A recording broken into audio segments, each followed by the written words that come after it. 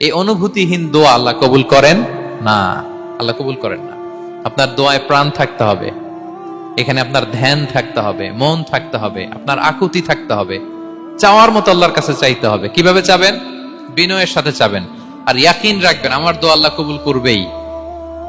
উদুল্লাহ ওয়া আনতুম মুকিনুনা বিল ইজাবা, এমন ভাবে আল্লাহর কাছে চাও যে তুমি নিশ্চিত আমার দোয়া আল্লাহ কবুল করবেনই। আপনি নিশ্চিত হইলে আপনার দোয়া কবুল হয়ে যাবে। নিজেকে ছোট করে চাইবেন।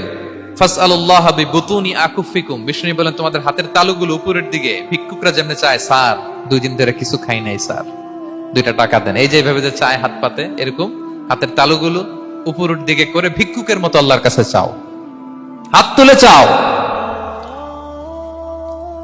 হাত না তুলেও দোয়া করা যায়, হাত তুলেও করা যায়, কিন্তু বিষ্ণু বলেন হাত তুলে চাও। কারণ ইন্নাল্লাহা হাইয়ুন কারীম, আল্লাহ বড় লাজুক এবং লজ্জাশীল।